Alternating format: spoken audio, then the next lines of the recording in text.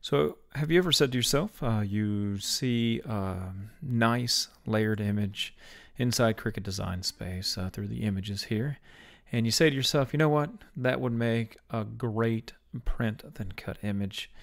But when I select this flower here and I click Make It, it thinks that I want to use the various colors of papers in order to put it together. So inside Cricut Design Space, we call that flattening an image, flattening design here, so that Cricut Design Space, when you do decide to do a print and cut with it, it does exactly that. So let me go ahead and select it. Take a look at the cut layer right here where it says flower. It's got the little scissors on there. If I go ahead and click on the flatten button, we are now able to click on the make it, and now we're able to print then cut this.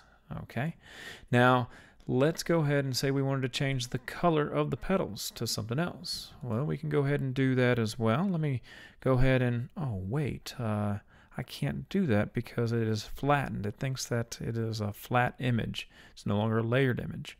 Well, the opposite of flatten is unflatten, and it's found right here. So with it selected, I can go ahead and click it. Now I can change the color of the petals to something else. We'll go ahead and choose orange, and we're going to have to reselect everything and then click flatten. Okay. Obviously when we do that, it all becomes one solid piece, and when we click make it, it will be there for us. Okay, so that is how you flatten and unflatten an image to make it a print then cut rather than a layered piece of cutting paper.